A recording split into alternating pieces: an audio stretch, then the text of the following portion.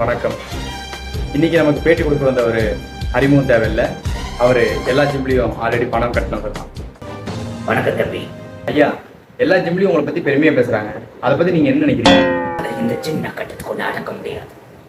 ஜிம்முக்கு காசு கட்டினதுன்னா மக்களுக்காக, எனக்காக. ஐயா புரியலிங்க ஐயா, மக்கள் கொஞ்சம் புரியுற மாதிரி சொல்லுங்க. உனக்கு மக்களுக்கு புரியுற மாதிரி ஒன்று சொல்றேன். வருஷம் வருஷம் இவங்க எனக்கு எல்லாரும் ஒரு முடிவிடும். ஜிம்முக்கு போகணும்னு சொல்லி யாரும் போக மாட்டோம்.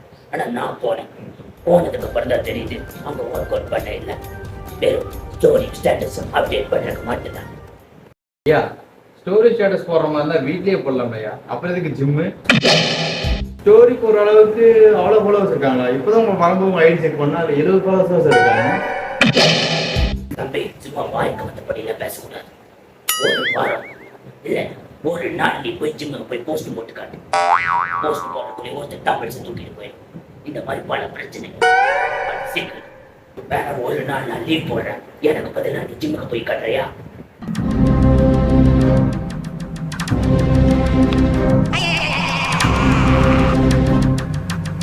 நான் எப்படி உங்க இடத்துல? பாத்தியா, நீங்க ஜிம்முக்கு போகணும்னால அப்படியே ஜகா வாங்குற. ஏன் உனக்கு ஃபாலோவர்ஸ் கம்மியா? இப்போ நீங்க போகாத ஜிம்முக்கு காசு கட்டிட்டு தான் இருக்கீங்களா? என் உயிர் இருக்கிற வரைக்கும் நான் ஜிம்முக்கு காசு கட்டுவேன்.